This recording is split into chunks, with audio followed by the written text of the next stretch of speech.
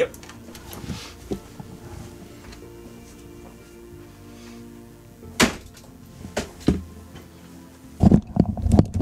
Ooh. 10, 9, 8, 7, 6, 5, 4, 3, 2, 1. blast off. Awake thou that sleepest. Arise from the dead. Read the Bible, you'll find out that God's not too happy with what's going on around us.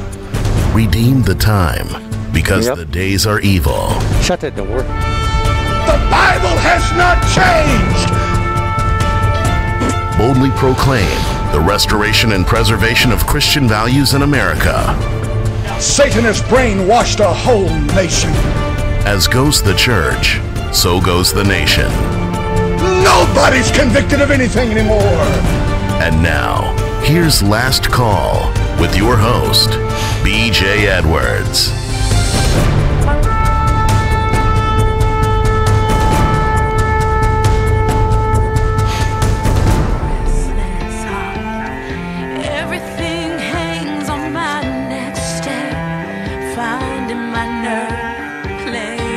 We are armed and we are ready. I hope you're watching us on YouTube.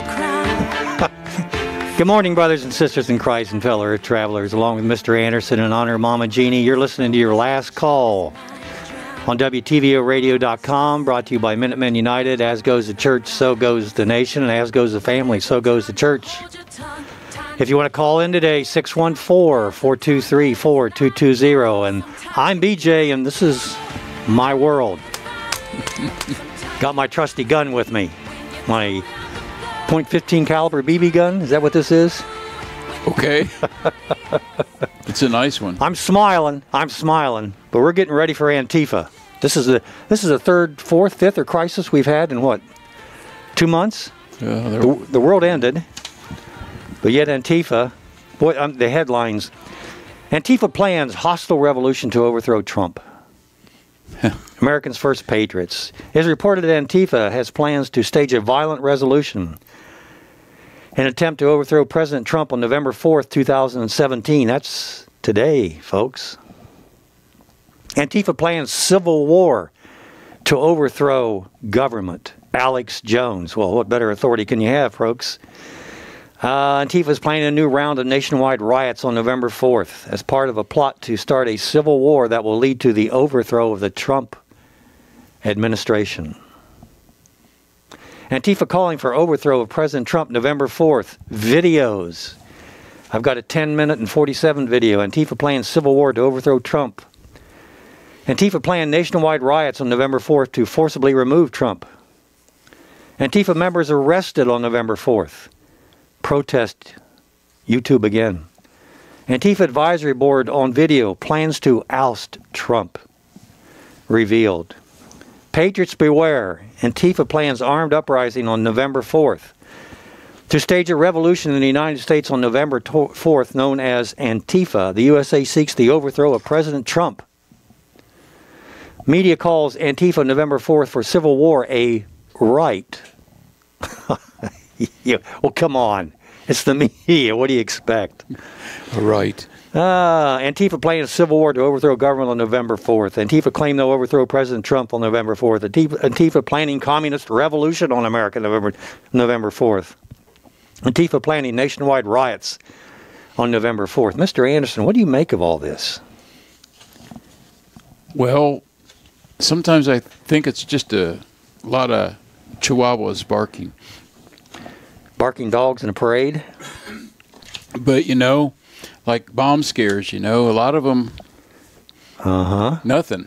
But they keep throwing these things out there. I got my weapon here, buddy. I'm ready. Go ahead. I just wonder if one of these will ever take and become a real concern. What do you think the purpose of this is? Why are they doing this? I mean, you wouldn't strategically, you wouldn't announce that you're going to be someplace and you're going to cause a war. So we're looking at, and why would they Antifa not be blaming the right-wing Christian movement or the conservative movement? Why would they not be doing that? That they're causing them to be out there. By the way, we vote Donald Trump won the election.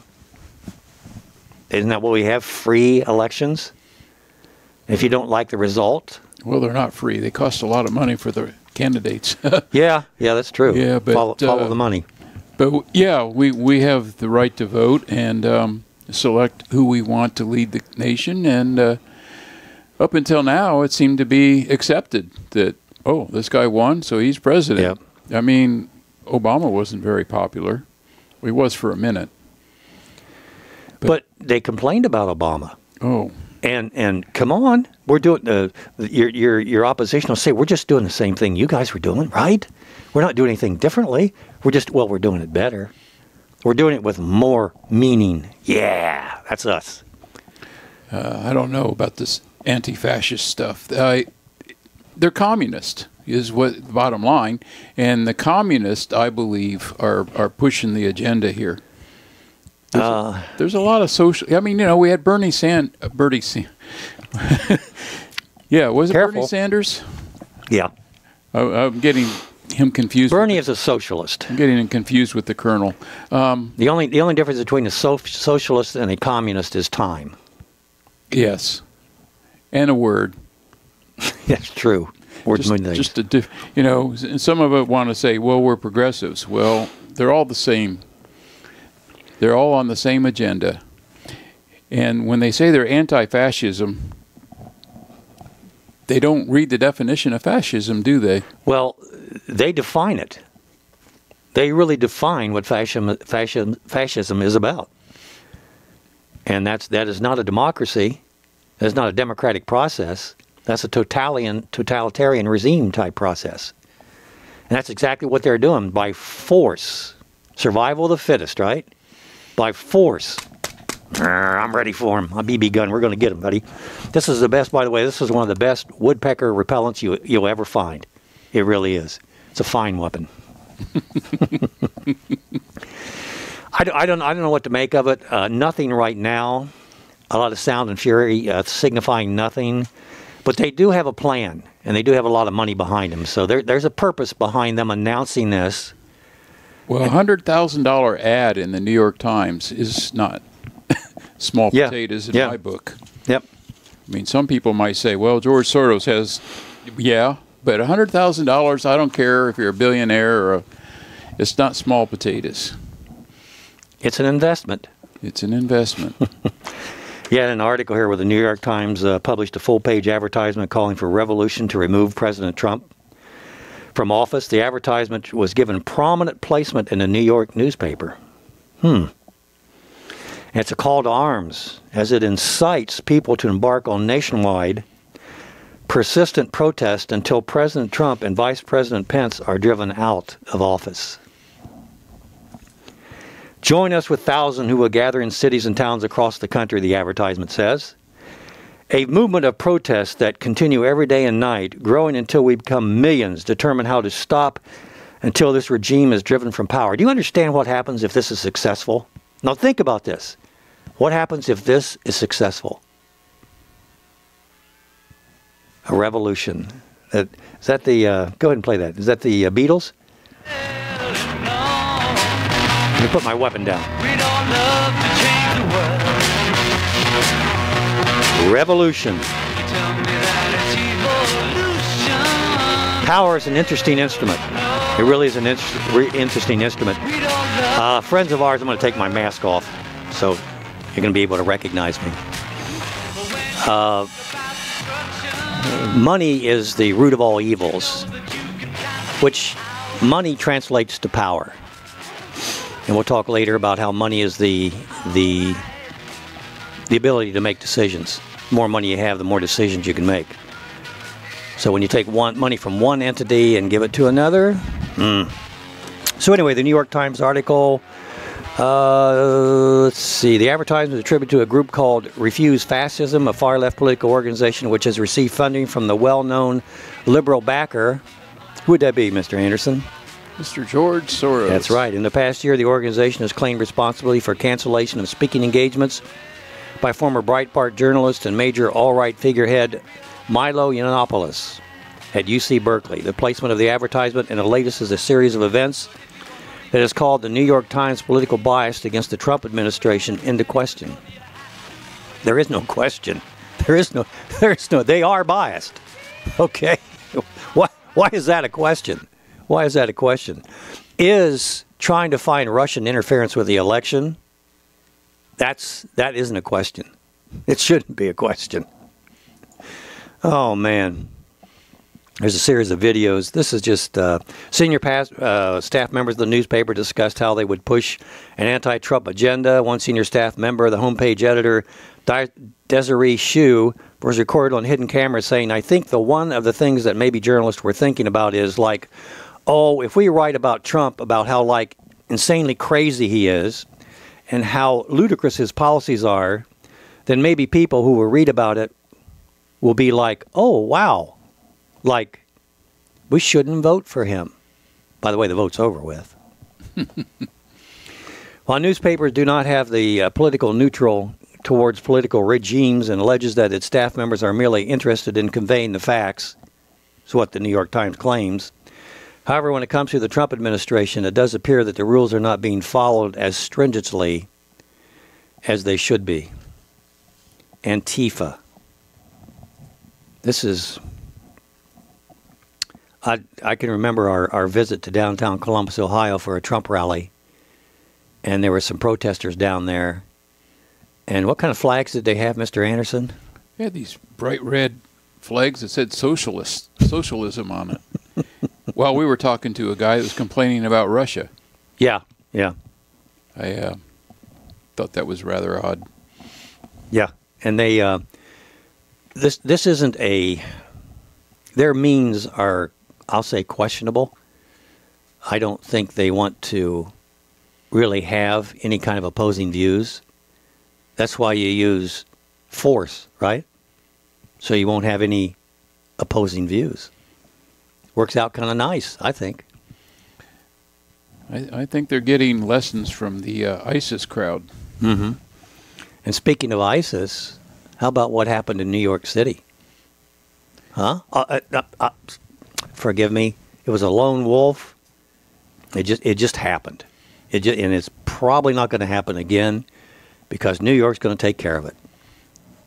I heard it was a truck attack. A truck attack? Yeah. In what the headline said. No guns? No guns? Well, I don't know when trucks started attacking, but I think a senator from New York still was talking about gun control. A senator from New York talking about gun control when we have a truck attack. Do you honestly think that if you took guns away from everybody, that something bad isn't going to happen? You know there are other weapons out there that can be used. And I'm not just talking about bows and arrows. There are other weapons like bombs. Oh. So we'll ban bombs, right? How are you going to do that? You make a bomb out of a doggone near anything. Fertilizer, for crying out loud. All you need is a little bit of nitrogen, right? Or knives. Or I don't want to give anybody any ideas out there, but these, if you want to kill somebody, you're going to kill them. And there's a lot of ways to do that. Guns don't kill people. People kill people. What we need to be questioning is why. Like you mentioned on the show a couple of weeks ago, why would somebody feel it's okay to take somebody else's life, a complete stranger? Why would they think that's possible? In the land of the free and the home of the brave, in this diverse nation. What do you think gives them the idea? I know. They've been programmed by these electronic waves, woo, circling around the universe. And the door that's been open to hell. That's what's happening here. Don't count on it, kids. This is perfectly natural. If you put something in that's bad, you're going to get something out that's bad. We teach our kids in public schools. Life has no meaning. Morals are relative. Man is the measure of thing. And by the way, there is no God. And if you need a daddy, you got the state. and we have kids shooting kids, if they're not killing themselves or doping up. When God created the world, folks, He put physical laws in it, but He also put spiritual laws in it. And they're very true. They're very true. Mr. Anderson, when we come back from the break, I want to talk about our Salt and Light Brigade and what they're doing in Wisconsin, and something that you might be getting involved with. Who, me? I put you to work anyway, Mr. Anderson. You keep me pretty busy. Yep. B.J. Edwards along with Mr. Anderson. How do folks get to the show today, Mr. Anderson? We're having a little difficulty with our website. Oh, our website is fine for that, but if you go to mmunited.org and you're listening to us, you probably already found us on one of two choices there.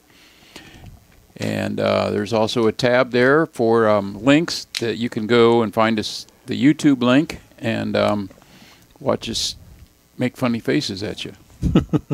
B.J. Edwards along with Mr. Anderson, your last call.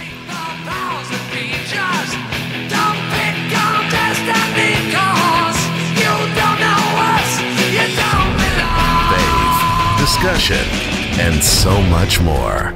Last Call with B.J. Edwards on WTVOradio.com.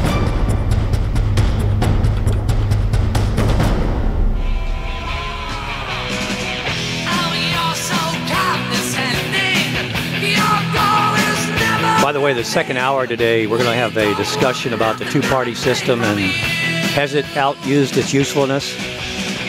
Brian Sharp, the Vice President of Florida American Parties, will be with us a little after 10 o'clock. And I think it's an interesting discussion we need to have, because we basically have a two-party system. I'll liken it to this. Everybody needs a car. And there's only two manufacturers of the car. Manufacturer D, Democrat, and Manufacturer R, Republicans. And they have the market cornered. And every year, the product keeps getting different. So you've got kind of like a car that has all four wheels flattened out and barely runs and smoke running out of the radiator. So what do we do about that? How do we change that? For you Antifa folks, how do you keep from getting another Donald Trump elected? Huh? Oh, yeah. Without guns and without knives, without breaking windows. How can that be done? Hey, stay tuned for the second hour. Salt and Light Brigade, our friends in the Salt and Light Brigade are supporting a local pastor in Wisconsin in an effort to inform the local populace and the national populace about an upcoming speaker who believes in heterosexual marriage, who went to a local Office Max, and he wanted to get some flyers made. He placed an order for a few hundred copies of the flyer. Well, guess what? That's right. Office Max, by the way, now part of Home Depot, refused the request. Here's what the flyer said. The homosexual agenda exposed. The homosexual agenda exposed. Peter LaBarbera. Now, Peter's been around for a while, and Peter's pretty effective, and he can generally penetrate lies. So you have to stop that sort of thing. And it was sponsored, by the way, by a pastor in Wisconsin. Good for him. May his tribe increase. Wisconsin Christian News. We're going to try to get something up on either my Facebook page, B.J. Edwards, or do you think we can get something up on the website, one of the websites, Mr. Anderson? Or should we just stick with a Facebook page? Well, yeah, I can put something on Minuteman. We're having issues with posting on Natural Family right now. Okay. Well, what can I say? It's technology. Something I absolutely love. We talked about, and by the way, that's the Salt and Light Brigade, and this is Wisconsin, and this has got kind of a feel of the Target exercise we went through with folks standing outside of Target. Look, we live in an amoral nation, folks. That's all there is to it. We live in an amoral nation, and I'll be honest with you. We've earned the right to say that. I mentioned our public schools. Who out there in the areas of influence is speaking up for right and wrong? Mr. Anderson, would you put yourself on mute? I can hear your head moving around a little bit. Right and wrong. Is it going to be the business community?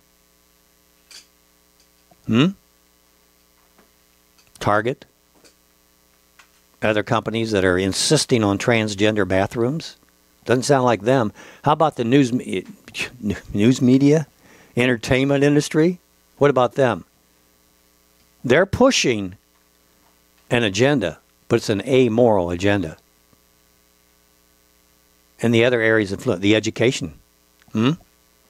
What about the churches? What is your church doing? Now, I understand churches are composed of families. I understand that. And we've talked about the responsibility of the fathers. But that doesn't excuse the churches. They need to be salt and light. And they're not being salt and light. Evidenced by what we're experiencing now. Be it Antifa, be it the transgender bathrooms. It's become a pretty sad state of affairs. Pretty sad. We talked about the New York Times article. And everybody knows who Bo Bergdahl is, right? Despite going AWL, surrendering to the enemy and endangering his fellow soldiers. When somebody goes AOL, you have to send somebody after him. Not one person, but probably not a regiment or a platoon, but something a little smaller than that, maybe 4, 5, 6, 10 individuals to go after him. And in that process, and we can't directly relate it, but we can tell you that in that process, some soldiers lost their lives and were wounded. And he's admitted his guilt. But a military judge yesterday said that Sergeant Bo Bergdahl would not receive any prison time. I've been in the service. I was in the Army. And I can tell you AWL is pretty serious stuff. And can get you in Leavenworth, Kansas like that. But it didn't in this case. Didn't they used to shoot him? That too, yeah. Like in Washington's time, he threatened and or did it. Army Colonel Jeffrey R. Nance ensured Bengal received the lightest possible in punishment, a dishonorable discharge. Well, at least they got that right. Agreeing to the request made by Bergdahl's defense team. In their closing arguments, by the way, in an Army tribunal, when they do their trials, it's generally a Army person, an Army officer that defends someone like Bo Bergdahl. Do you think that happened here? In their closing arguments, the defense argued that the abuse Bergdahl suffered in Taliban captivity, public criticism by President Trump, let me repeat that, public criticism by President Trump, and their clients' diagnosed mental illnesses should mitigate his punishment. How could they even present that without the judge saying you're out of order? Seriously. The president's opinion made me feel bad. Ooh. Again, I served honorably in the U.S. Army and can tell you that with the utmost certainty that Bergdahl could have received a life sentence. This is just, that came from AmericanActionNews.com, by the way. Well, the aspect that lives were lost because of his action. Well, you can't directly relate it to it. You can't show a cause and effect for sure. Might have, but probably didn't. Well, maybe it did, but we don't know for sure. But I'm going to tell you right now, it wouldn't make any difference. They still would have given him that sentence. Something's gone up. I mean, this correctness, this political correctness, has gotten deep into our military. The president can't even make a declaration that transgenders can't be in the service without getting thumped by judicial tribunals. This is insane. By the way, and Mr. Anderson, the last I heard about Ammon Bundy, we're going to show a contrast here, was he's still being held hostage in a U.S. prison somewhere in Nevada. Ammon spent over 3 weeks occupying a federally owned building in Oregon and was only taken by police when he and others left the building and were caught traveling on the highway. Now, I guess you could say he's lucky because one of the fellow travelers, Lavoy Finnegan, when he stopped his car, made the mistake of getting out. And, of course, he was summarily executed, right? No, that's wrong. He was assassinated. Yep. And what have we done about it? I'm just saying, folks. I'm just saying. Amoral society. No justice, no peace. Where are we in today's society? Where are we? What have we got here? And yeah, we are headed towards anarchy. I can't help but these ranchers are connected to that Uranium One deal. Ooh. Not that they did it, but that they have information. After all, the land that they were sharing with the state legally may have been where they were digging. We talked about how much property the government owns, and it's a tremendous amount. Tremendous amount. Steals, yeah. Because constitutionally, why does that matter anyway? Constitutionally, they can't own it. They can own it for certain, like Washington, D.C. and issues like that, or naval or army bases or naval bases. But other than that, per the Constitution, they can't own property. Belongs to you and me. I could tell you that you need to know more about the Constitution, and you probably do. But at the same time, I can probably tell you that it's going to frustrate you more than you are right now. Right now, you don't know whether it's right or wrong. And that helps the opposition. But even if you did, what can you do about it? If the President of the United States, can't stop immigrants, can't do what he wants to do, like with the justice system, which is under him, if he can't do anything, what can you do? Isn't that why you got him elected? To change all this? So what are we going to do? How are we going to change all this? It's a good question.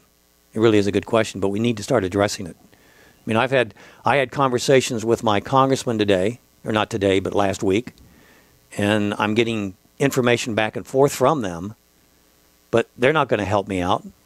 They've already got, they don't care whether I don't vote for them, because there aren't enough BJs out there for them to bother to do anything. They're going to get elected again. People are just not, first of all, 45% of the people don't even vote. 45% or more. We're coming up on an off-year election. Boy, we probably have 75% of the people that won't vote. That's a good time, by the way, schools, to run your school board levies. But you already know that, don't you? Yes, you do. Yes, you do. If you don't participate, if you don't show up, how do you expect to win? And if you don't show up armed, I'm not talking about weapons. I'm talking about with the truth, with facts, and with your friends. How can you expect to win? We're all about action. At the Natural Family Foundation, at Minutemen United, and at Last Call. Because it really is our last call. If we don't get our act together, we're already in trouble. Look at this nation. How close are we to falling to where Rome ended up? In the dump heap of societies. How close are we? Let me tell you, real close. When we come back from break, we're going to talk about who owns the internet. You ever thought about that? Who owns the internet? The U.S. government is grilling Facebook and Twitter and Snapchat CEOs and representatives about their Russians. But who owns the internet? Does the United States own the internet? Going to find some interesting facts, which, if you've listened to the program before, will be a little redundant, but some of you new listeners need to hear this. B.J. Edwards along with Mr. Anderson. This is your last call. WTVOradio.com.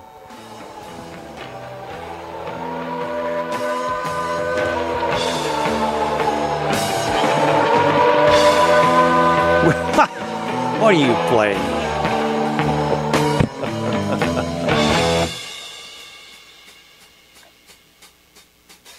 What is that? What is this, Mr. Anderson? Generals gathered in their masses, just like witches at Where do you come up with this stuff, Mr. Anderson? Oh, evil minds that plot destruction, sorcerer of death construction. Last Call with BJ Edwards. Real talk about real life on WTVOradio.com.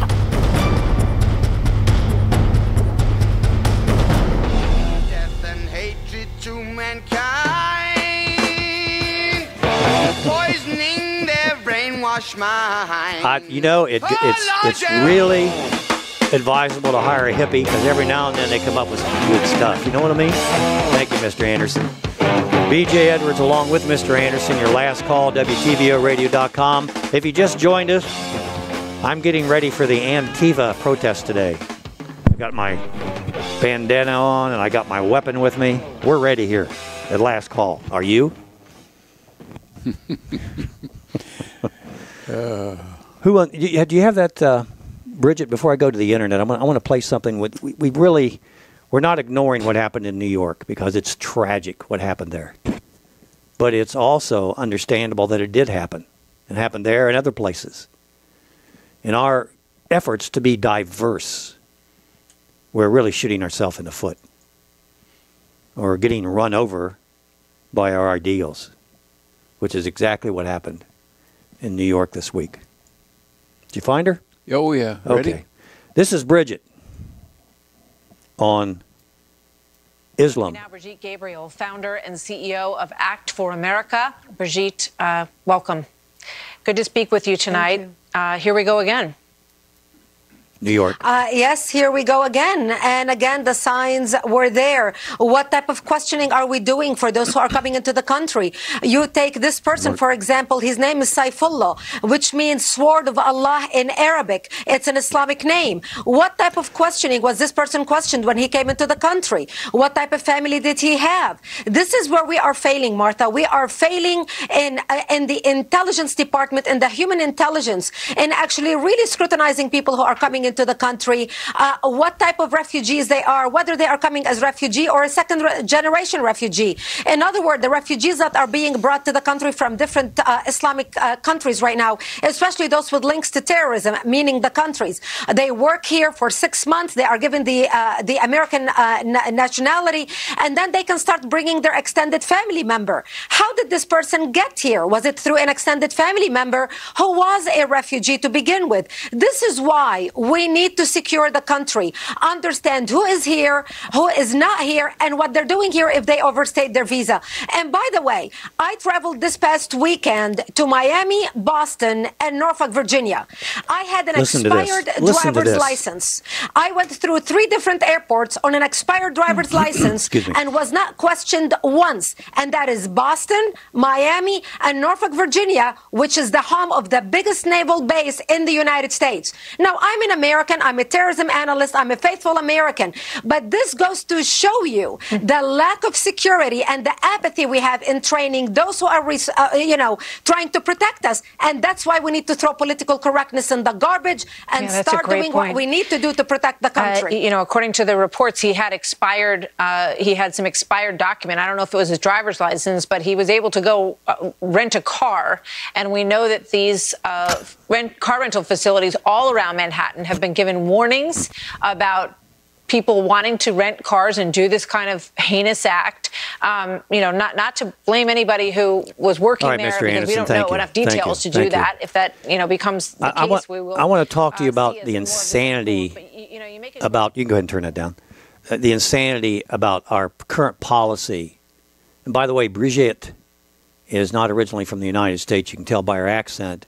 And if you saw her at an airport, you'd probably say she is Middle Eastern.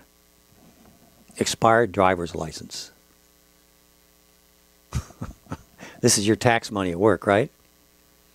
Incredible. Incredible. Let me give you an example. I have here in my formerly Jack Daniels stained hands. I have here, you can see it, a bowl of M&Ms. Okay? Got blue, I got orange, red, green. Oh, can okay? I have one? Yeah. Well, I was going to have a larger bowl, but during the practice for this session, they seemed to disappear. Do I have any M&Ms on my lips, Mr. Anyway, take a bowl of M&Ms and add, and I got a bowl of probably about 10 here, add 1 poison M&M. Okay? Now, transfer that to your thoughts about immigration. And we're immigrating probably 1 million people in the United States, and I don't know how many are coming from the Middle East and how many are Muslims, but a good portion of them are Muslims. Of those Muslims, this is kind of like M&Ms. By the way, all these terrorist acts that we're seeing from Middle Easterners descent, they're all Muslims. So the Muslims that you're bringing in, how can you vet a Muslim, by the way? How do you vet them? Who do you vet them with? Their church? Well, that's a good place to go. Their government? How do you vet them? You can't. Well, one thing is every jihadist is a Muslim. Yes. Yep. So of the ones you're bringing in here, and think of the examples of the M&Ms, if there's 100,000, 100 or 200 of them could be jihadis. Let's just say 100. Are you going to take a chance by dipping your hand into that bowl, or better yet, your child's hand into that bowl, and say, go ahead and eat as many M&Ms as you want? I changed my mind about an M&M. Mm-hmm. And that is, I think it's a great example in terms of what we're doing here. Do I have the answer to the question? Not at this point, but like Mr. Anderson said, maybe we ought to stop eating M&Ms for a while. Just saying. So, who owns the internet? We're going to be talking about Congress, and we're going to be talking about the tax break we're all going to be getting. I know. Al Gore invented it, right? The internet, yeah. That's what I heard. But who owns it? Al doesn't own it. Mark Zuckerman of Facebook, Jack Dorsey of Twitter, and even Spiegel of Snapchat, CEOs, they don't own it. Now, they control 90% or better of it, but they don't own it.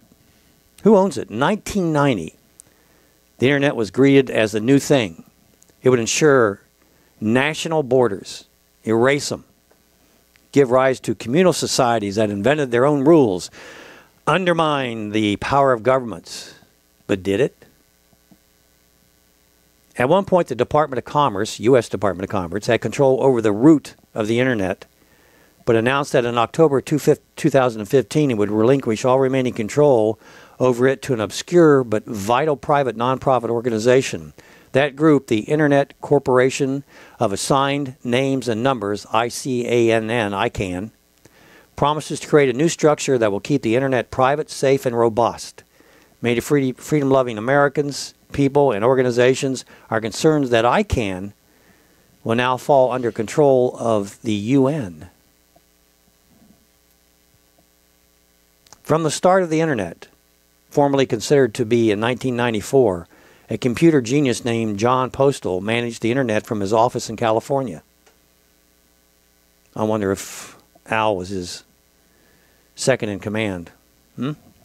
Under the name Internet Assigned Names Authority, IANA, when Postal died suddenly in 1988 at the age of 55, his responsibilities were transferred to ICANN under the control of the Department of Commerce. So basically, the Department of Commerce has supposedly given up all control of it.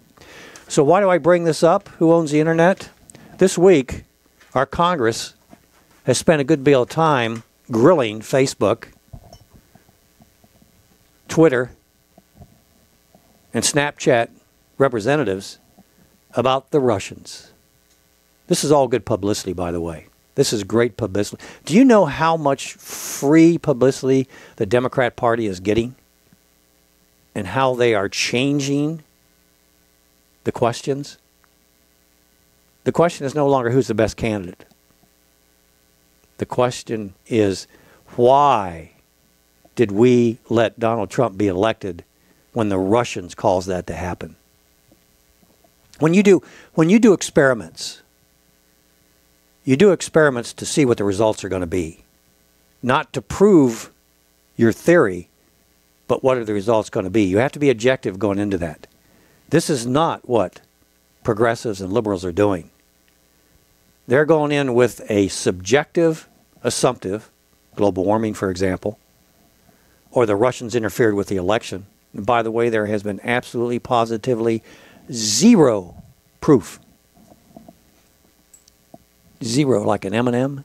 Zero, circle, zero proof that the Russians interfered with the election. But let's get back to the internet. And how could they? Let's get back to the internet. If the internet is not owned by anybody, it's a property of the whole world, how is it that the U.S. government would be sitting down and talking with entrepreneurs in the U.S. about how the Russians are using the internet? Think about this. The Russians should be allowed to use the internet any way they want to, should they not? And don't you go there if you don't think of Israel, if you don't think that the U.S. doesn't try to interfere with other elections, you're kidding yourself. It's to our best interest to do that. To interfere with other countries, the USA especially. We don't do that? Sure we do. That's what all the liberals and progressives complain about. It's really astounding where we are right now. And I know how we got there. And that's by diversity. Only diversity of truth.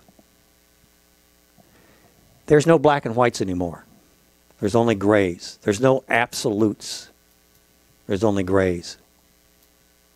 And that makes it easy for you to do whatever you want to do. To be a criminal in waiting in the USA. Because the environment's out there for you. You just have to take advantage of it. And with man's nature, we're definitely taking advantage of it. These are some interesting times.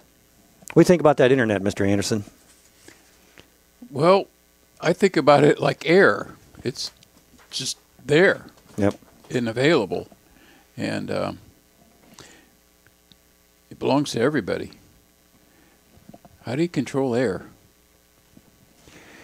Well, they're starting to. We've had some stories about air and water that the U.S. government believes that they can control it, that they own it, and they've admitted so, that they own the air. And this is this territorial and land issue that we talked about earlier, that they own the air in certain areas of the, well, actually everywhere. EPA, that's owning the air, isn't it? Global warming, that's part of owning the air. Chemtrails, yeah. You got to mention those chemtrails, don't you? You just can't resist. You just can't resist. Okay, we talked about taxes, and we're going to have a little conversation about taxes in our new tax break coming up, especially if you're a business owner. And what BJ thinks about that, and what you might want to think about as well. So can we go to break, Mr. Anderson, or did you? Well, if you want to, yeah. Do we have anybody on IM today saying anything? Not too much action today. Okay. Well, maybe because we're having trouble with the. Well, we have some fans there. DJ Edwards. Peanut Gallery's there. Along with Mr. Anderson. WTVOradio.com. 614-423-4220. Your last call. On Thursday, the House voted by a slim margin, 216 to 212, to pass the Senate's $4 trillion budget plan. More when we come back.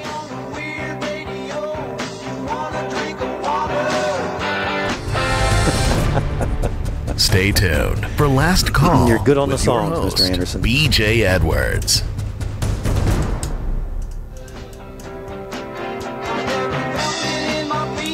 And remember, in about 15, 20 minutes, we're going to have Ryan Sharp on, and we're going to talk about America's party, third parties, and America's two-party system.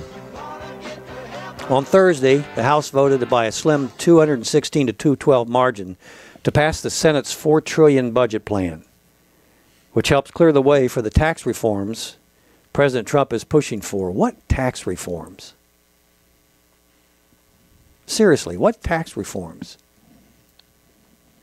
To nobody's surprise, Nancy Pelosi and other Democrats opposed the budget in lockstep, then rushed to the cameras to denounce the budget and tax plans as the end of the world. That's 3 in 2 months. Man.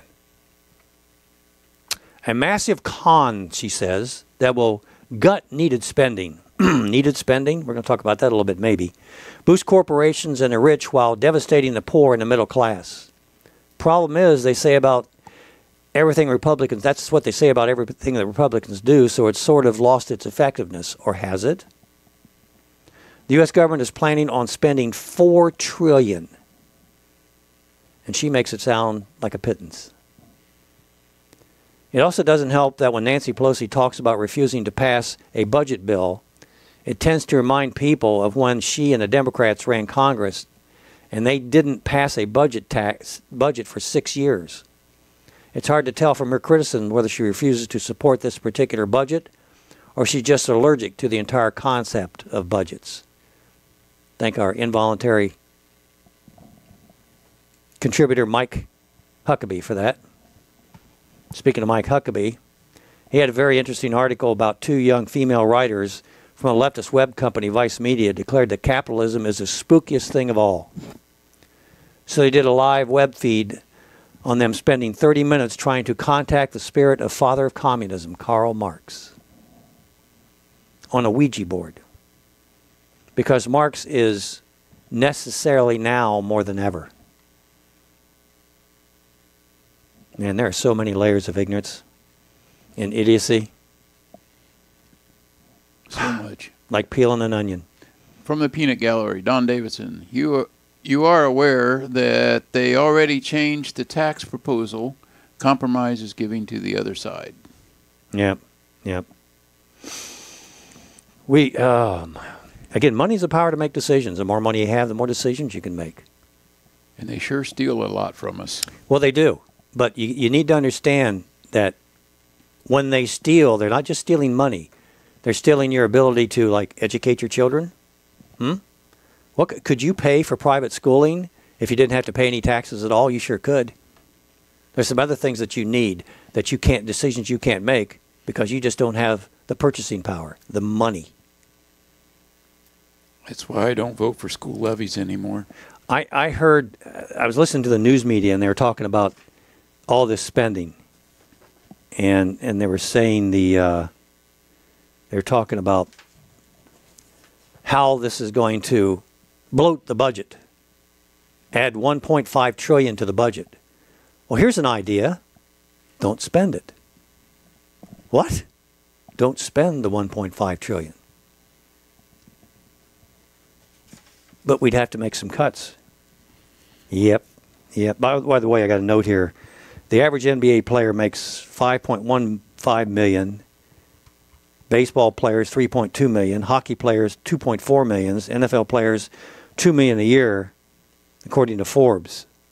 And that doesn't include endorsing and acting. That's a lot of money, folks. That is a lot of money. Yep. For what? Well, I'm going to tell you for what, Mr. Anderson. I'm glad you asked. Here's some things that our government has spent money on. The National Institutes of Health paid researchers $400,000 to find out why gay men in Argentina engage in risky sexual behavior when they are drunk. We couldn't cut that program out, could we, Nancy? Nah. Or, according to the Heritage Foundation, the U.S. military spent almost $1 million shipping 2 19-cent washers from South Carolina to Texas, and $293,000 sending an 89-cent washer from South Carolina to Florida. Is that a washer like a round disc with a hole in it? Round disc. Not a machine? Like an M&M with a hole in it. Okay. Only it's metal. It's not a machine that does clothes. No. The U.S. Department of Agriculture once gave researchers at the University of New Hampshire $700,000 to study methane gas emissions from dairy cows. Global warming. The U.S. Postal Service spent $13,500 on a single dinner at Ruth Chris Steakhouse. The National Science Foundation once spent $216,000 to study whether or not politicians gain or lose support by taking ambiguous positions. Here's my question. How family friendly is this new tax plan?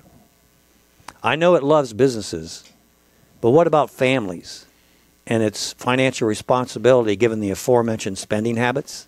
That should be top of their agenda. Yep. It should be the very first thing they think about. But they want to talk about businesses. They want to talk about greed, about you keeping your money, and you should be able to. But it's about you having more money. It's about having you more purchasing power. To pay more taxes? Yeah. Well, so maybe you can put your kids in some kind of a soccer team, travel team, and you can pay for it. Or a baseball team that you can pay for it. That's important. When most of them don't know how to say the Pledge of Allegiance, don't know the Lord's Prayer. Yeah. That's really helping America. We're going to be talking about politics here shortly. And we're going to be talking about the election. I think you're going to find the conversation very, very interesting, and I hope you chime in 614-423-4220, because what we're talking about is your future and the people that have control of it, which should be you and I, but we've relinquished that. We've given up on it. At minimum of 45% of people don't even bother to vote.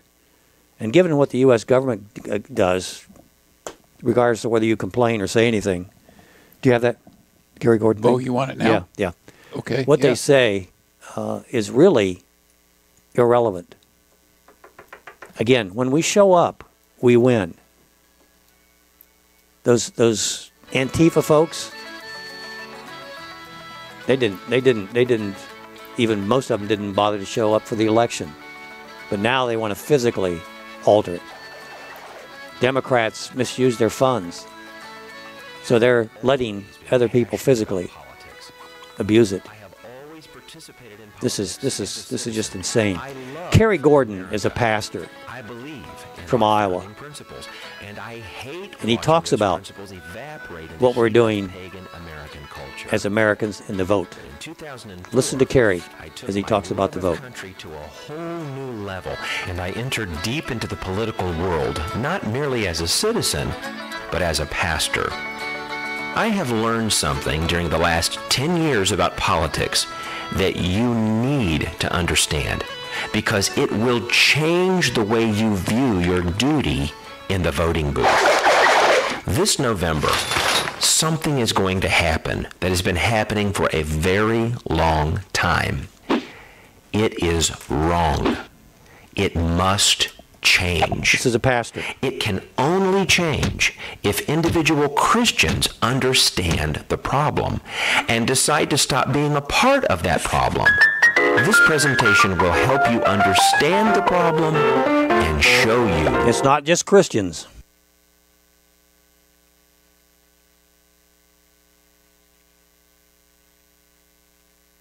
Solution. So, what's the problem? It's called situational ethics. Situational ethics is a pagan way of thinking that is antagonistic to authentic Christianity. It's a method people use when they face an important choice and they need to make a decision. It's a humanist procedure that people go through in order to decide the difference between right and wrong, based almost exclusively on the consequences they believe their decision will create. Naturally, this habit that so many Americans have of using the false way of situational ethics is based upon the assumption that truth is relative, which means there are allegedly no absolute truths that anyone could use as a rock-solid anchor when making important moral decisions. To a person who uses situational ethics, things called right and wrong are simple mathematical functions of pleasure and pain. For example, if an action causes more happiness than suffering, it's good. If it doesn't, it's bad. Now, you would think that a system of ethics based on math would get pretty consistent results, but it doesn't, for reasons that should be obvious. I mean, what do you do with a guy who gets exquisite pleasure by causing other people pain? Pardon the pun, but that just doesn't add up. The most popular incarnation of situational ethics in the political world is often described as voting for the lesser of two evils. Now, almost everyone I've ever known, regardless of their political affiliation, has come to believe that voting has always been, remains, and will always be a function of voting for the proverbial lesser of two evils. So basically, if you have to choose between two kinds of evil, how do you make that decision? Enter situational ethics, where right and wrong are determined by estimated consequences. The pagan asks himself, which of the two evils running for office will produce the least amount of pain? And then he marks his ballot and leaves the voting booth until the next election cycle. This November, something is going to happen that has been happening for a very long time. It is wrong. It must change.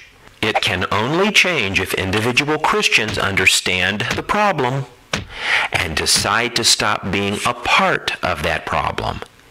If you listen carefully and think critically, by the time you make it through each step of this presentation, you will know the solution. Every 4 years in the month of November, Democrats all over America will enter the voting booth, and they will follow their conscience. How?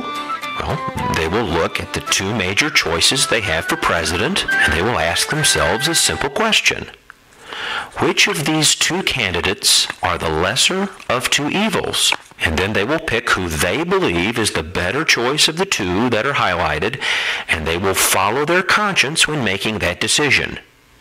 Meanwhile, Christian evangelical voters that attend church every Sunday will also enter the voting booth as Republicans, typically, and they will follow their conscience. How? Exactly the same way as the Democrats did. They will look at the two major choices they have for president or some other office, and they will ask themselves which of the two choices are the lesser of two evils. After evaluating who they believe will cause the least amount of pain, they will follow their conscience and make the decision to reward one of two kinds of evil. What's sad? Neither one of them built their conscience out of the materials the Bible commands men to use.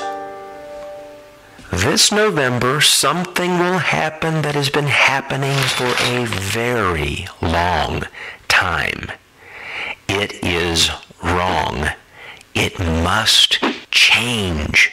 It can only change if individual Christians understand the problem and decide to stop being a part of that problem. This November, both Democrats and Republicans, Christians and non-Christians alike, will use the false way of situational ethics as a measuring stick to determine the difference between what they think is right and wrong. and neither will arrive at their very different conclusions in a God-fearing way. Both the churched and the unchurched will enter the voting booth and use the exact same pagan humanist system of moral judgment to reward one of two candidates that they believe will cause the least amount of pain. Both sides of the argument will team up with one evil in the hopes of defeating what they think is a greater evil on the other side. A select few will protest both evils. This is wrong. This must change.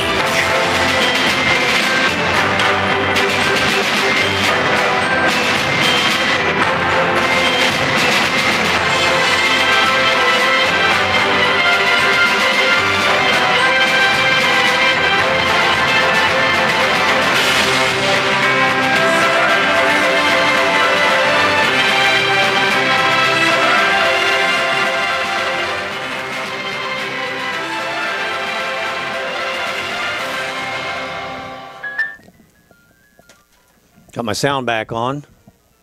Give you some idea where we're going to go. Ryan, if you're listening, please call in. 614-423-4220. 614-423-4220. This is B.J. Edwards along with Mr. Anderson. I think you had something at the hour you're going to play, Mr. Anderson. Is that correct? Stay tuned for Last Call with your host, B.J. Edwards.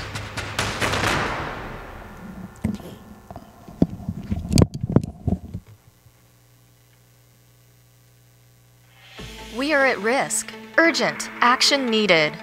Please help to save our country through Operation Save Us. Who and what are we trying to save? The natural family. A natural family is defined as one man, one woman, natural or adopted children. Our culture's survival depends on the natural family. It is the very basis of society. If we do not save the natural family, does anything else matter? Operation Save Us equals fathers, mothers, children, which equals communities, which equals nations.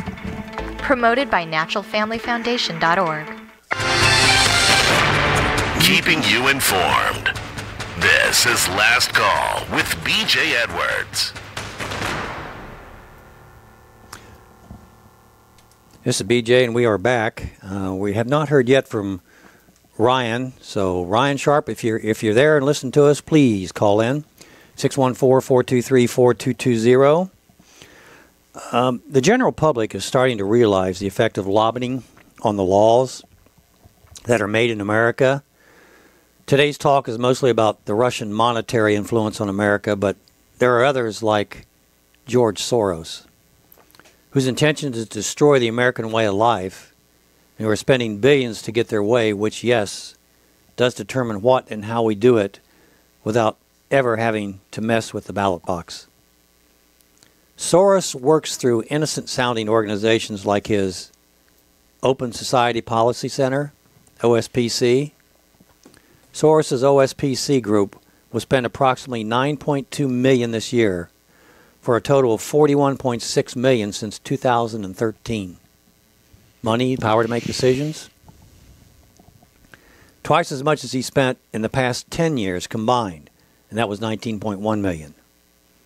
OSPC utilizes full-time, in-house lobbyists working. Go ahead, I think I got him. He may be calling the wrong number. George Soros will spend approximately, let's see, there he is. That's him, Kevin. Just go ahead and bring him in live. Anyway, George Soros' OSP spent $9.2 million. What does Sir George promote? Well, for starters, abortion and euthanasia, overpopulation, homosexuality, atheism, and feminism, same-sex marriage, and transgenderism worldwide. The billionaire activist uses a well-developed network of non-government organizations, NGOs, to advance revolutions around the world, not just in the USA. The war on police, Black Lives Matter, Occupy Wall Street, globalism, and ever other harmful versions of liberalism, progressive liberalism. Soros also lobbies through other charities such as the Open Society Foundation, OSF, which is separate from OSPC. OSF funds more than 60 organizations that try to influence the government. That's in his native Hungary. Soros's liberal influence on Hungary became so prevalent that Hungarian parliament passed a law reining in foreign investments in the government seeking to change the Hungarian pro-life, pro-family, and pro-marriage culture. He is currently embroiled in a $10 billion lawsuit for allegedly orchestrating the African country of Guyana freezing of Israeli iron oil mining contracts. Last fall, DC Leaks released emails from 2011 revealing Soros asked for and got Secretary of State Hillary Clinton to intervene in the Albanian upheaval resulting from exposed political corruption. Domestically, Soros organizations work to influence elections, legislations, and policy. Hang in there, Ryan. We'll be with you. And Soros' effects were particularly successful in the Democratic Party. And it is rumored that he was particularly instrumental in shaping the Department of Justice policy under the Obama administration. Surprise, surprise. It is alleged that Soros groups were behind the anti-Trump mobs that blocked streets, set fires, and injured police officers, and destroyed property the day after the November 8th election.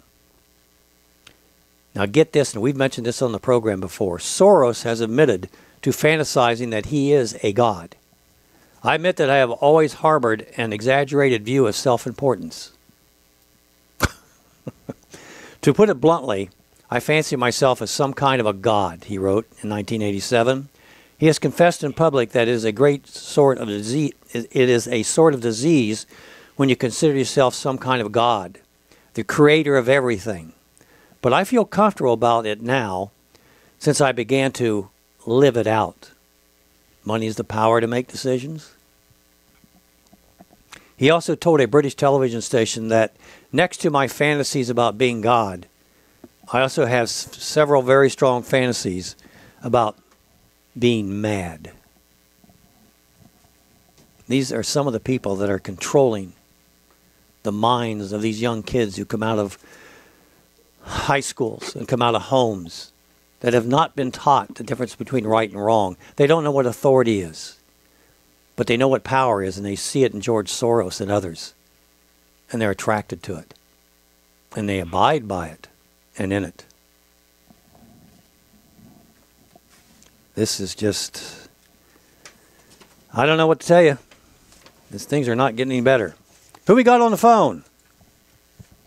Hey, this is Ryan Sharp. Ryan, are you in Florida, Ryan, and are you part of the America's Party? I am the Vice President of America's Party of Florida. We had a discussion the other way, Ryan, and I told you I wanted to put the discussion on the air, and we've already expressed concerns about where we're going as a nation, and part of what's driving it, the Republican and Democratic Party, the two-party system, and how we really need to do something about that, because we've got two car manufacturers that are producing some very inferior products, but they don't have to produce any good ones because we keep buying them, or we set aside while other people take money from us and support them. Your thoughts on that issue?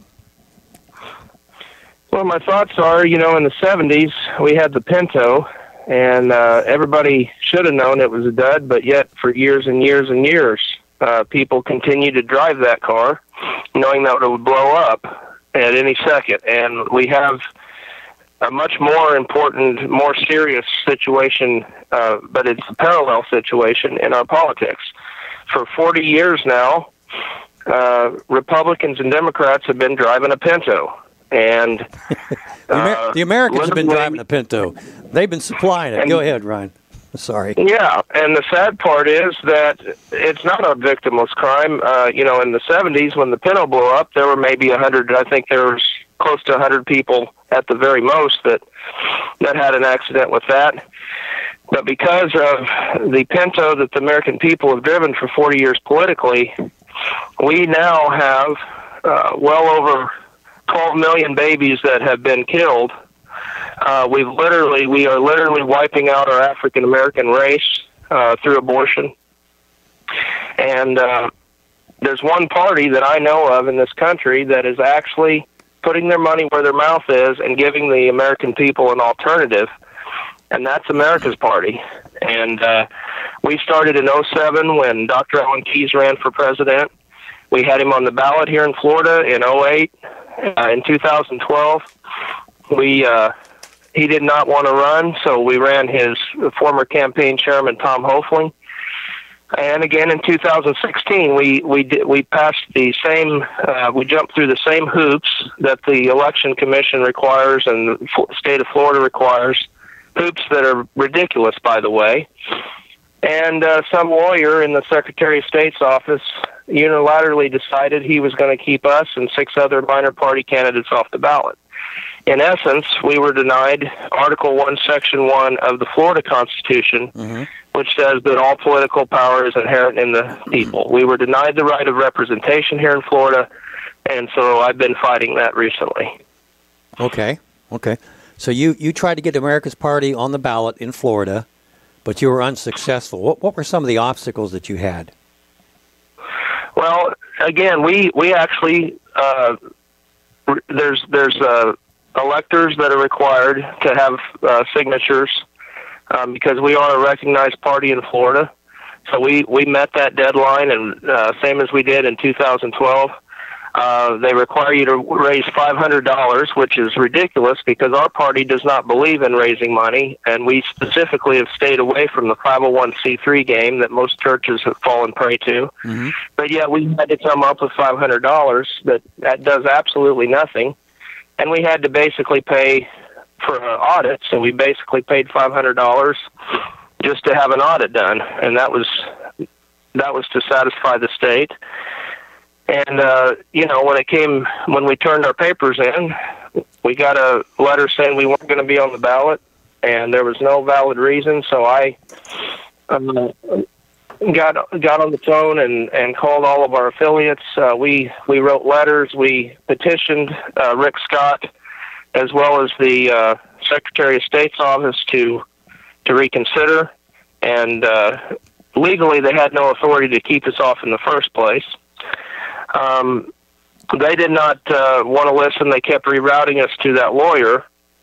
So the next step was the CRC, which just happened to come up this year. The CRC is the Constitution Revision Commission, and they now, had one in Fort Is that in Florida? Is that a national? Yeah. Is it that is it's actually an illegal act being carried out by Rick Scott. The Constitution can only be amended by petition and by we the people. And instead, Rick Scott has put together this puppet panel. Florida governor? The Florida governor. Okay. And it's consisting mainly of his appointees.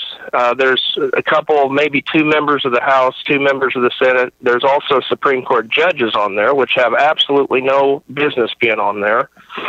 And they've been touring the Florida countryside and trying to hide the fact that they're having public meetings. In my opinion, they're not publicized well, but they are out there. And I spoke at one of these, and I laid out what happened to our party. I also put out over 200 press releases here in Florida, and surprisingly, only one paper covered that story. I'm hearing a lot of eyes. I'm hearing a lot of eyes. No, I don't. Why? Well, is it just you? Well, I got to tell you, one man can make a difference, and yes, I don't point fingers, and I don't look around for somebody else to do what needs to be done. Pretty much, me and a handful of people have done 99% of the work. I hate to say that because I would love I would love for people of Florida to actually get involved in their duty as citizens, but they're too busy sitting in front of the TV watching football and other things, apparently, because it's very difficult to get anyone involved. But, Ryan, that's good for the economy. If we're sitting in front of the TV, we're drinking beer, and we're eating pretzels, sure, and we're munching on pizzas. Come on, man. Are you anti-capitalist? What's the matter with you?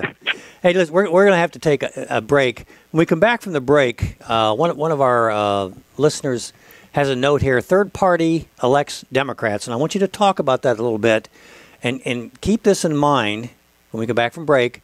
That I think there were close to 700 people that ran for president of the United States.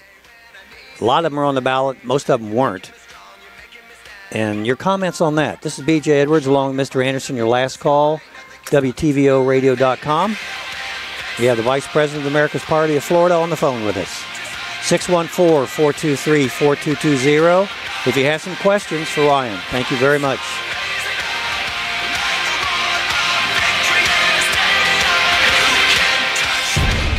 Faith, discussion, and so much more. Last Call with B.J. Edwards on WTVOradio.com.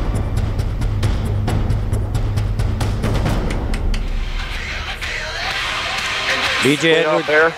Edwards along with Mr. Anderson. We have Ryan Sharp on the line with us, and we're talking about the two-party system and Ford Pintos. When we left, Ryan, we talked about two-party systems, and we talked about third parties and how many people ran for office for third parties. What's the chance of somebody from a third party actually? I mean, we have an electoral college, which makes things interesting for two parties, let alone 3 or 4 or 5. How do we work around that situation, Ryan? Well, it's funny you mentioned that because Dr. Alan Keyes actually has cited that the Electoral College is actually the key to getting a third party elected. A lot of people say, oh, it can't happen, but those people are actually supposed to be a check and balance, and our party actually favors the electoral process. Because those people are actually supposed to make sure that, you know, a dictator or somebody is not put in office that shouldn't be. It's kind of a second check, and they do come from we the people.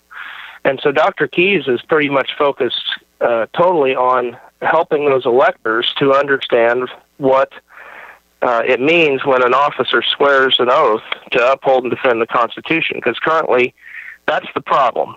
We can look at all the other issues and economic issues, but the bottom line is we have 99.9% of the elected officials on every single level in this country who do not, first of all, if you ask them, what's your oath of office, they can't even recite it. And secondly, if you ask them, if you ask them to, what is that Constitution that you're defending, they can't even tell you what the First Amendment is.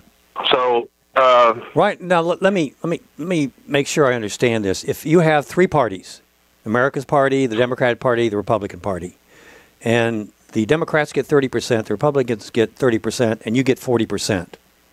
In the Electoral College, can you be elected? Absolutely. People say that all the time, but yet one of our greatest presidents, Abraham Lincoln, was a third-party candidate, and he had never won an election until he won the presidency. And he actually only got, I think it was close to 34% of the vote, so it was a 3-way split, and that's what we need in this country. We need to have a representative self-government, which is what our Constitution demands, and currently we have nothing different than the Soviet system, where we have Communist A and Communist, or in this case, Globalist A, Globalist B. They run up on stage and they say, "Oh, this guy's conservative," and they label this guy, "Oh, he's a moderate," and this guy's he's a far right wing wacko. And when the reality is that if they're on that television set, as of 2000 was the last time we had a true conservative candidate that was presented to the American people. And that was? And that was Dr. Alan Keyes. Okay. Now, I'm talking about Rick Santorum, Rick Perry, Ben Carson, all these people that they parade around as conservatives are not conservative in any way, shape, or form. How do you define conservative? Well, when I say conservative, I'm talking about someone that wants to return to the Constitution. And certainly, if you talk Republican, the Republicans do have a platform. They just simply don't follow it. And so we actually our party considers us the true Republican Party because we're actually following their platform that they've refused to follow for the last 40 years. They have consistently supported gay marriage and forced gay marriage on this country. They have forced abortion on this country through this scheme of so-called pro-life bills, all done through National Right to Life, and actually enshrine murder into the law through pro-life legislation. And so we're the only ones that I'm aware of that have a political party that are actually trying to, end abortion and end gay marriage, because if you look at the Florida Constitution, it says clearly, we the people passed by vote to put in our Constitution, as did most other states, that only a union between one man and one woman will be recognized as marriage. It's still in the Florida Constitution. It's still the law of the land, and yet our Republican so-called conservative governor has forced gay marriage on our people. And it's a travesty of justice. And now, again, going back to the elections, they've made sure, Rick Scott and his cronies have made sure that the people of Florida cannot elect a person that truly represents them in Tom Hoefling. And how do they do that? In Ohio, you talked about money earlier. It costs a good bit of money to try to run against the Republicans and Democrats, because that's actually what we're trying to do. Okay, they're set. They're going to be on the ballot every November. But for you to get on the ballot, you have to get so many signatures. You got to jump through so many hoops. And you can see that the Republicans and Democrats in your local state Congress have made it almost impossible by passing laws, whether they be about money or the hoops you have to run through, that exempt them, in essence, from what it takes to run for office. And is that what happens in Florida as well? Well, in 2008, they amended the Constitution, and it was actually an effort led by the Libertarians and some of the other third-party groups, and they passed a amendment that said that the minor parties could have no more burden than what the major parties did. The problem is they took that on the flip side and basically required $5,600 or more to run for office. Yeah. They required, multiple thousands of signatures, which are things that the Republicans, with their staff and with all their paid people, they can comply with, but the minor parties cannot typically do that. So now that's if you're not a recognized party. So, I mean, I do have I don't believe in just whining and throwing out problems and calling your representative. And so I did put together, which I'd love to share when we get a chance, I'd love to share what my proposals to fix the elections are here in Florida and what I need from your listeners as well as the people of Florida. Okay. Don't have time now. Maybe after the next break we can give you a few minutes to do something like that. America's Party is, you had mentioned abortion, and I know it's a strong platform of your party, but you're also concerned about other issues in America, not just abortion. Yeah. And I'm not downplaying the importance of abortion. Don't get me wrong, but there are some other issues. When I talk about the natural family, I know that the gay marriage has a negative impact on the natural family, and the court systems have, especially in Florida. Florida just seems to be going bonkers when it comes to taking children out of one home and put in a natural family and putting them in an unnatural family. But there's other things like pornography practices and divorce, and we don't have time to get into that. But after the pill, I think divorce was one of the main attackers of the natural family. The pill gave sexual license to basically America and the world. And the divorce said, well, okay, there's no cost. Yeah, there's a financial cost, but nothing's permanent. You don't have to be with that. So where is the America's Party with regards to those type of issues? What are your thoughts on that? Well, all you got to do, and I would encourage people to actually do this, go on YouTube and actually Google Dr. Alan Keyes Versus, and you'll pull up where he debated Obama in 2004. You'll pull up the 2000 presidential race and listen to what he says and what his focus is about the natural family. He famously said in 2000 during the presidential debates, we do not have an economic problem in this country. And everybody kind of looked at him. And then he said, we have a moral problem. And so our economic problems are all based on greed. They're based on the breakdown of the family. Until we fix the family, our economy is always going to be in the tank. And so our party is the only party for the last, going on since well before 2000. We're the only party that is defending the family and saying these things. Many of the Christian groups, unfortunately, Tony Perkins and all these famous Christian people, Focus on the Family is another example. They have totally abandoned the platform. They will not listen to our message. They did not support our candidates. Instead, they're supporting open reprobates, that people that brag about committing adultery. I think we all know who that is. Whoa, wait a minute. That isn't a individual. You're not talking about a individual, are you, Ryan? There might be more than one, buddy. Yeah, there's well, specifically, I'm talking about Donald J. Trump. In his book, he brags about committing adultery with other women. And, you know, to kind of preface this whole thing and really bring it home, there was a picture by a famous, I won't name his name, but a very famous preacher in this country. Him and his wife stood next to Donald Trump during the campaign and snapped a photo in the Trump Tower. And over the shoulder of this prominent pastor's wife was a Playboy picture. And if that doesn't give a perfect illustration of the hypocrisy that we have in this country with the church, you know, I don't know what else does. And our guy, Tom Hoefling, actually pointed that out and posted it on Facebook. He was the one that brought that to the limelight. When was the Allen Keys? If somebody wants to go to the Allen Keys, you mentioned 2000. I think you mentioned another date. Where would they go on YouTube to find that? I would encourage. First, I would encourage them to Google Allen Keys gets arrested, and you'll see exactly what we're up against with the two-party. It's a mob at this point. It's literally a mob that will strong-arm you, and they will do anything to stop you. Mm-hmm. And so I'd like people to see what happens when a conservative actually tries to simply speak freely to the American people. You'll see that if you Google Allen Keys gets arrested. Okay. And with regards to... Go ahead. The next thing is, and I'd love to go into why that's, but you'll see it for yourself. Then Google 2000 presidential debates, Republican debates. You'll bring up a bunch of them, and you'll see how the media made sure that they ignored Dr. Keys as much as they could. They used camera angles that blocked him completely out. It was actually very racist.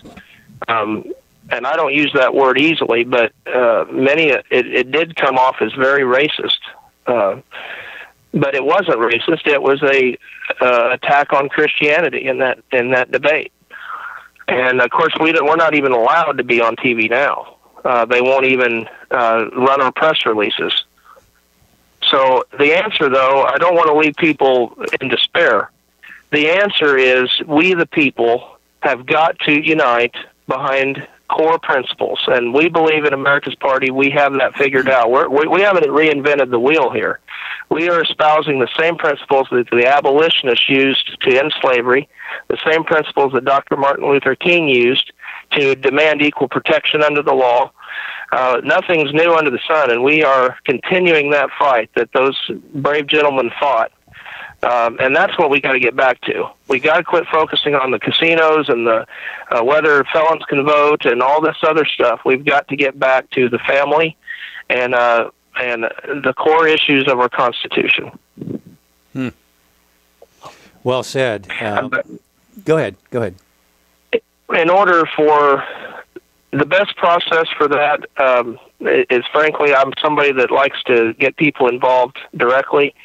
Anyone interested in our party, I've got a lot more to say, but I don't have time, can simply give me a call. I'll give my personal phone, and that's 727-798-1101.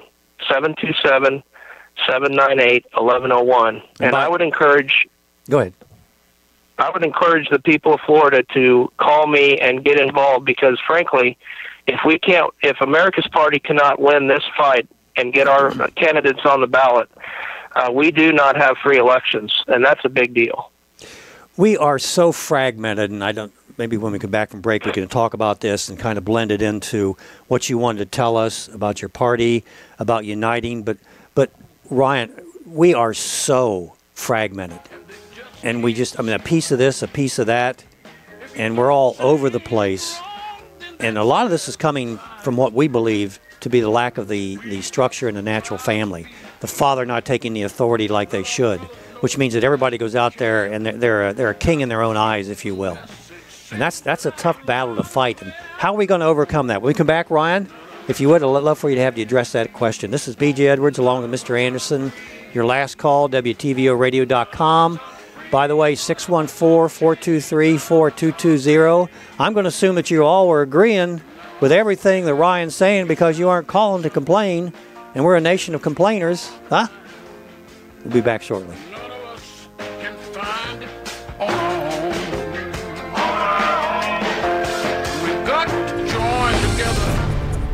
Stay join together, eh, Mr. Anderson? With your host, B.J. Edwards. You got to be a disc jockey. You got the right idea. You know what the public wants. We're on the phone with Ryan Sharp, who is a doer. Say what you want about he, but this lad is a doer, and you got to respect that. And sometimes you show up alone, but it doesn't really make any difference because the Christians in the audience will know you just got to show up. Sometimes you don't even see the end result of what you're doing, but it always pleases our Creator to see us out and battling. And Ryan, I really appreciate you for that. I want to talk to you about uniting, but I want to go across something we talked about earlier. And it's while the current two-party election system is far from ideal, running a Christian conservative platform outside the two-party system is a recipe for defeating conservative values and only siphon away conservative votes for the mainline conservative candidate. And I'm sure you've heard this argument before. Maybe you can tell us how uniting, your proposal to unite, can bring us into the fold and actually serve to enhance this other political party, or at least the ideals of the other political party. Ryan, the floor is yours. Well, that's a good question. I think one can look to the past to understand where we're headed. The Republican Party was actually created because the Whig Party refused to do what it was created to do. And so the Republican Party came about for two issues. And that was, one was to end slavery. The other one was to end or to get rid of polygamy, primarily in Utah. And so you might say the Republican Party was founded to protect the natural family and also to demand equal protection under the law. Nothing has changed today. We have millions of babies being butchered because the Republican Party refuses to follow their sworn oath and defend those lives and provide equal protection. And on the family front, it's no longer, it will be polygamy, as I have prophesied. The next fight they're going to start doing is polygamy. You wait and see. But they started with gay marriage, which does not exist, by the way, and never can. So you might say that we don't even call the Republican Party anymore, because it's not. It is the Whig Party of the past. So historically and in every way, that party needs to go bye-bye, and a true conservative party, a constitutionalist party, needs to take its place. And I don't believe we need parties at all. Our party is not about promoting our name. We are all about the principles, and whatever label you want to give that doesn't matter. The answer is still the same. You talk about unity. That's one of the biggest reasons that we have trouble, is because Trump and Dave Daubenmire and so many of these people want to tell us, oh, you got to unite. You just got to unite around everything. And that's not a biblical thing at all. There is unity only in the Holy Spirit and only in Christ. You don't unite around people that are supporting abortion and supporting gay marriage with their votes. You unite around people of principle, and that's what we need. We need people to come out of the woodwork and actually proudly state these principles that we've been stating now for well over 20 years. And that's how we unite. Ryan, 45% of the people don't even bother to vote. I'm in that 45%. Or just, let's pretend I'm not, but let's pretend I am. Bring me out. Bring me into the fold. Okay. James, there's three types of fear that grip people typically, and I see this every day as I'm talking to people. First of all, there's the people when I present the real problems and real issues that we're dealing with. There's usually denial that will set in first, and people say, "Oh, it can't be that bad." Okay, then there's the second stage where they actually accept the truth, but they're immobilized by it. They're so overwhelmed by realizing what is wrong that they don't do anything, and this is the crowd that says, "Oh well, Jesus is in charge. We just got to sit around till the rapture and do nothing." And then there's the third group, and it's a minor group of people that actually say there's a serious problem, and while I'm on earth, not only am I a citizen of God, I'm a citizen of heaven, but I have a duty as an American to be a citizen of this country. It's actually in the Constitution a job title for the people in this country. If you're born here, you have a job as a citizen. That's why we sign up for selective service as men, and it's no different. You have an obligation to get out and fight for our Constitution and to vote. And I would never say vote just for the sake of voting. If you're going to run out and vote for the lesser of two evils, in essence, Adolf Hitler B or Adolf Hitler A, don't go out and vote. You need to be educated in the Constitution. You need to understand what the oath of office is. You need to read the Declaration of Independence. You need to read the Bill of Rights. And then, once you have a firm understanding of what those elected officials are required by law to do, and what they're not doing, then you go out and look for the guy that is willing to do that, and vote for him and support him. And I can tell you from 20 years of this work that you can call these candidates and ask them these questions, and they don't have a clue. So we need people. I'd rather vote for Farmer Bill, that's running a farm and working his tail off every day and dealing with government bureaucracy every day. I'd rather have him in the White House any day than anybody we've had in the last 20 or 30 years. The call-in number is 614-423-4220, 614-423-4220. We're going to have Brian on for about another 5 minutes. And Ryan, by the way, Coach Dave Dobmeyer is a friend of the families. And we have to be very careful. But bringing people together, uniting them, sometimes we have to focus on the positives as versus the negatives and get the best out of situations that we're currently in. And that may not always look copacetic to us, but it is something that I would highly recommend if you're going to unite, is to find something that you all can agree on as versus something you disagree on. Because we're so fragmented, Ryan, that we need to basically, to me, and that's what I like about the natural family, because I can focus on that, and that's a positive direction. And by the way, if you really examine it, it makes sense. It has historically, sociologists will tell you, and if you don't believe me, go to our prison systems, have a conversation or two with them about their family life. And I would like to see a natural family party, if you will. Not necessarily a party, but a movement. A movement that would light a fire under the two existing parties, and if they don't listen, maybe a third party. Although I don't know exactly how we can do all that, Ryan. And I appreciate what you're saying. I appreciate your efforts. This has to change. We're talking about a $4 trillion budget, and the money is being spent on mostly issues that are damaging to the natural family, are damaging to Christians, and can continue to do so.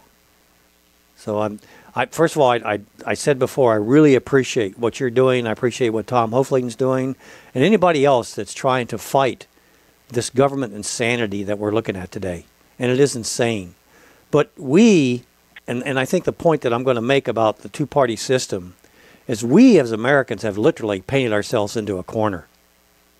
And some of us are sitting in the corner not doing anything, 45% of us. Others are trying to paint around it. And sometimes the paint's dry, sometimes it isn't. And it gets all mixed up with the other contents. I don't, again, other than the natural family, and I think that's a great way to get us out of this, to get us to focus on the natural family. Whatever we do, how does it affect the natural family? Appreciate what the natural family is, appreciate its importance, and then go to the third step. It's kind of like a conversion, Ryan. You know who Jesus Christ is, you internalize that, and then you walk it out. And that's what we'd like to see happen with the natural family as an idea. I don't know as a party how that would work, but I certainly think it's one of the key answers that we have in society today, and that does include abortion. I mean, abortion is included in the natural family bus, as is marriage between one man and one woman, as is all those other things we talk about, and the greed that you mentioned. My goodness, Ron, we're so spoiled. Our parents and grandparents wanted to make sure that we had everything that we possibly needed, everything. And they made that available to us to the point where we expect that. Now do we not only expect it, but we expect somebody else to take care of us to bring that to us. We have so spoiled ourselves and our children that we are in a mess, because you're telling people that you got to do something, and they're going, no, we don't have to. That'll be taken care of us. Can you get that, Mr. Anderson? Well, caller, please call back in. We accidentally cut you off. All right. Oh, okay. Caller Ryan's going to probably call us back. So go ahead and ask your question, or what comments do you have, and your first name, please. Sure. Good morning, everybody. This is Gil, and I'm very appreciative of what Ryan is doing. I do have a question for Ryan, though, and that question is, why don't we first look at taking back the Republican Party, much like what the Tea Party movement was all about? You know, we're not talking necessarily about establishing a third party, and we're using the infrastructure we already have in place. It's a matter of just replacing those who have not lived up to their promises. I mean, consider you have the opposition throwing in $18 billion to fight against the Constitution and against a lot of our sacred institutions. They're organized. So if they're organized, what's the point of not reclaiming territory that we have lost and then fighting on another hill? I guess is really the way I kind of see it is, isn't it time we start reclaiming territory we have lost as opposed to opening new fronts? Because that takes a lot more resources. And when you have an enemy that is well-funded, focused, and organized, it doesn't make a whole lot of sense. And I would just like to defer that to Ryan and get his response on that. Ryan, did you get enough of that question? The question basically says, why don't you try to work this through the Republican Party as versus outside of it? Well, I think I would answer that by quoting Dr. Keyes that said, if something's broke, you don't fix it. You throw it away and you start over. And the Republican Party, if anyone is still left in this country that after what they've pulled since Donald Trump got elected, and they've done absolutely nothing that we elected them to do, if people can't see how totally, it's not a matter of them being incapable. They are simply not conservative. They have an agenda that is not in keeping with what they claim, and the people ought to be able to see that.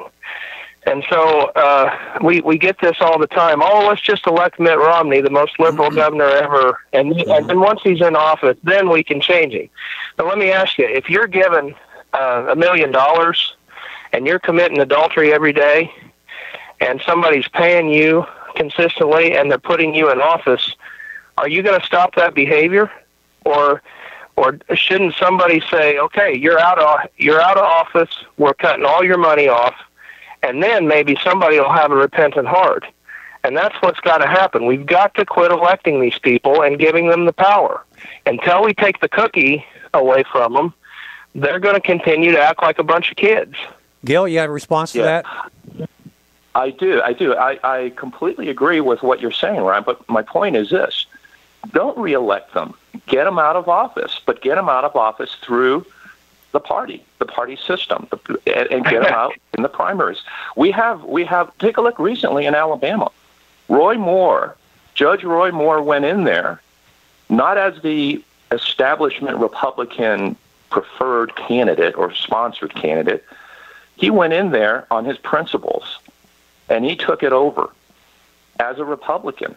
I think we need to do more of that. We need to look for more candidates, like you said, who understands the Constitution, who understands their oath of office, who stands by their principles and have integrity. Okay, we got to find those candidates, get them to run in the primaries against the establishment Republicans that are out there. We know who the establishment Republicans are. That's probably why several of them have announced they're not running. They kind of see that we've got a movement going. How about taking advantage of that? Okay, well, just so you know, this has been the main attempts that our party and other true conservatives have made now, going on for 30 years, and I'll give you a couple examples of why that has been a problem. Doug Hoffman in New York is one example where he got enough of the vote that he actually, the establishment Republican bowed out of the race, but he was still printed on the ballot. And under New York law, if you're still printed on the ballot, you can give your votes to whatever candidate you choose. Well, he chose the far left-leaning Democrat to give the Republican Party did, to give their votes to, instead of the true conservative Doug Hoffman. So Doug Hoffman lost that race. We see Alan Keyes, that tried to run as a Republican in 2004 against, for Illinois Senate, and he was strong-armed. He was not given a dime. He was not given any support from the Republican Party. We see Judge Roy Moore as another example where, yes, he ran as a Republican because he is a true Republican, but Big R Republican did everything they could to keep him from getting elected. They run another, and what they do typically is they raise up another phony conservative to try to blur the lines, and they stuff the ballot box with a bunch of phonies so that it blurs the distinction there. And so I'm not saying this approach cannot work. In fact, we're considering next time running as a Republican. But the fact is, as we've seen in the convention now since 2000, our votes don't count. They get to the convention floor, and they've so changed the rules and made it a dictatorship now that in 2000 they did not count Dr. Keyes' votes. In 2012 they did not count Ron Paul's votes, and I'm not a Ron Paul supporter, but I think that was very underhanded the way they refused to count his votes. And of course in this election, Ted Cruz, they didn't even take a vote. There was a voice vote, and you might remember there were a lot of voice votes that said yes, and the speaker said, "Oh, I think the nays have it." And there was a big boo, and actually they didn't show you on camera, but a lot of states flooded out of that hall at that point. And guess what? One of those people was related to Tom Hoefling, and they were met in an elevator out back by some Trump cronies that physically threatened them and said, "If you don't get back in that hall, you're going to be hurting." And so they physically threatened these people that left the hall to get back in there, and that's why we never missed a beat on camera. But the truth is, about a third of the states got up and walked out after that voice vote took place, and we, the people, never heard about it. Ryan, I want to give our caller a chance to respond, and I'll give him the last word, and then when he's done, we'll spend a couple more minutes with you. You can give his contact information. Gil, in a couple minutes, can you summarize some kind of a defense against what we just heard? Absolutely, and thank you for that opportunity. I would just simply point to what's going on with the Democratic Party right now. What is being exposed? I mean, they're imploding, but my concern is they're going to come out smelling like a rose at the end of the day because they would claim that they've cleaned house, whereas the Republican Party hasn't. And so I would just simply respond by saying, well, it's a complicated situation we have found ourselves in. There is no straightforward answer. If there is, I think a lot of us be working toward that. But I think we need to look at this situation very carefully from all angles, not just from looking at it introspectively as Americans who have lost their voice in the election process, but also who we're up against and what they're doing to basically deny our rights and liberties through the institutions that our forefathers have set up. I think it's time we analyze this in a way that, you would any kind of a battle plan and look at what is going on, what the enemy forces are gathering, and how they are looking to counterattack what we're trying to do to correct, the corruption and the injustices that have perpetrated, through the years by infiltration into our institutions of, socialism and communism. The thing that I see here is what's going on in the DNC, all these things that are being revealed about this last election with the Clinton vote and the Sanders vote and everything. Yeah, you just pointed that out, Ryan. Back in 2000, the Republican Party did the same thing. They got away with it then. Are there enough awakened Americans now who are realizing what's going on and are fighting back? And if there are, then let's look at what's the best way that we can take our country back through the institutions. Thank you, Gil. Thank you, Gil. I'm going to have to cut this short because we're going to have to take a break, Ryan. And I want you to give that. I would encourage Gil to give you a call, and maybe you guys can continue the conversation off air, or anyone else. What was your telephone number again?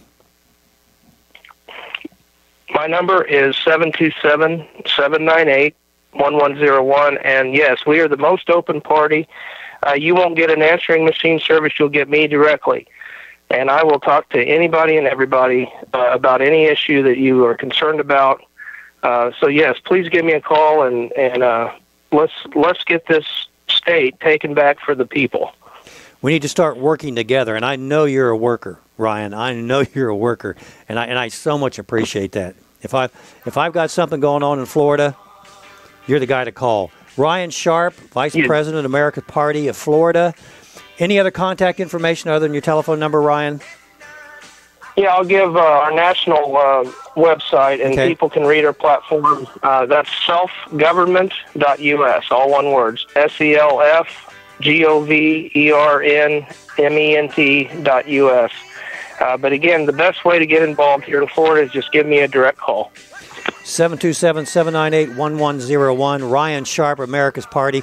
I really appreciate you taking the time with us today, brother. I think it's been very informative for everyone. Don't necessarily have to agree with you on all points, but hey, it is a movement away from what's happening here. So let's look at it at least in that manner, and we've got somebody that's got some experience. Let's share it, and let's take it from there. B.J. Edwards along with Mr. Anderson. This is your last call. WTVOradio.com. We'll be back in about 30 seconds.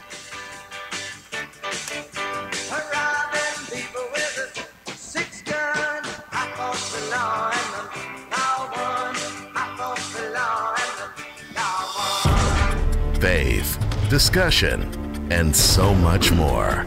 Last Call with B.J. Edwards on WTVOradio.com. Well, how do they say? Well, that was interesting.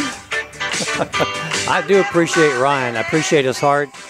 And look, he's a worker. And I would love to find ways to work with him. And I'm going to pump. Look, I mentioned it earlier. As far as I'm concerned, we really have painted ourselves into a corner. And that's the voters. That's we the people. We've entrusted our children with folks that don't necessarily have their best interest at heart. Not just in our government-run schools, but in our government run, period. In running our government? Yep. We need to take that back. We have to take it back. Or you don't take that back, you're not going to have any choices. And we're used to having choices. We're used to having our freedoms. We're used to having our sovereignty. Started off where we talked about the taxes, about the power of money. Money is the power to make decisions. It may be the root of all evil, but it's because it is the power to make decisions. And people that see that power want to concentrate it and have concentrated it. $4 trillion. How much power is that? How much power is that? Almost unlimited. And how are you going to fight that? You have to stop. You have to stop them from getting that. We should stop saying that this is going to increase the budget, and start saying no. This is going to encourage our government to cut the spending in government by close to $2 trillion. It's not going to be that tough. Some of the nonsensical stuff. Look, I had heard in the past where departments of the government have lost billions of dollars and can't account for it. Billions! And can't account for it. Oh, we go, well, that's just, you can't fight City Hall, right? Yes, you can. You have to. That's how we got to where we are, by the way, in America, by fighting City Hall. It was the Brits at the time, but we were still fighting it, right? Right. We have painted ourselves into a corner. Look what we're going to get with the Republican Party. If not John Kasich, woo, or somebody like him. John Kasich is a progressive liberal who dresses himself up in a Republican suit. And somebody like a John Kasich, and he's appealing to the millennials who understand power and understand that they want things done for them. So he's going to be their Santa Claus. And I don't know who the Republicans are going to, or the Democrats are going to run. Maybe they'll run John Kasich. But somebody like that is going to be running in the Republican Party. And if we keep remaining silent, there's going to be no Donald Trump. Lesser of the evils, however you want to look at that. Situational ethics. But it is what it is. And you got to go from point A to point B. We can talk about abortion, and I know a lot of folks that stand out in front of abortion clinics to save one baby. Is that situational ethics? They're not saving them all. They're just saving one baby. We believe the drive should be to the natural family. Flo Nation is one of our new writers, is talking about a portion of the family where you have fatherless families. Now listen to these figures. And there's going to be an article out about it, so I'm not going to read it all to you. It'll be on our website, naturalfamilyfoundation.org, when we get it running up. Okay.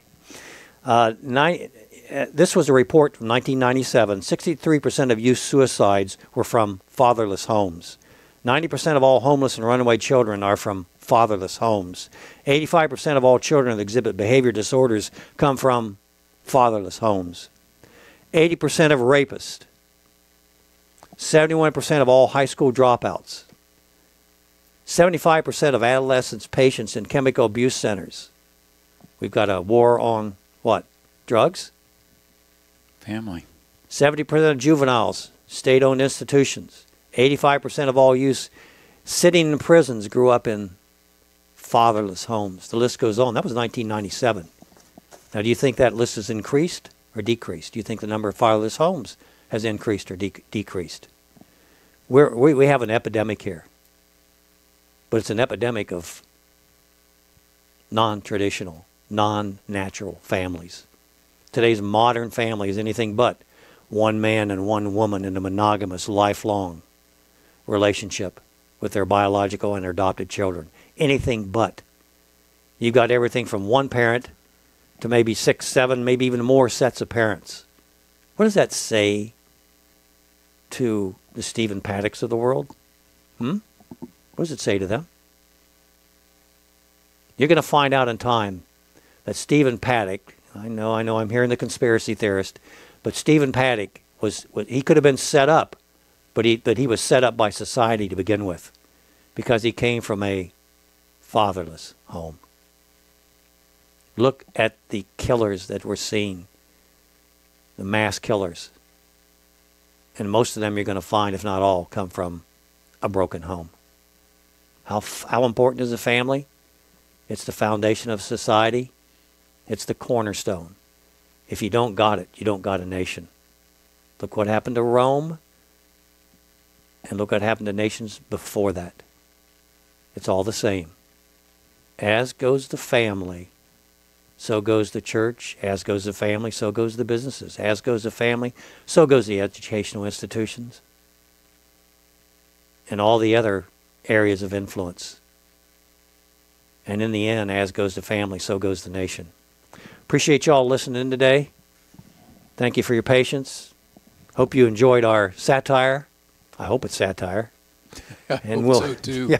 And we'll see y'all next week. This is B.J. Edwards along with Mr. Anderson, your last call, WTVOradio.com. Thanks for listening.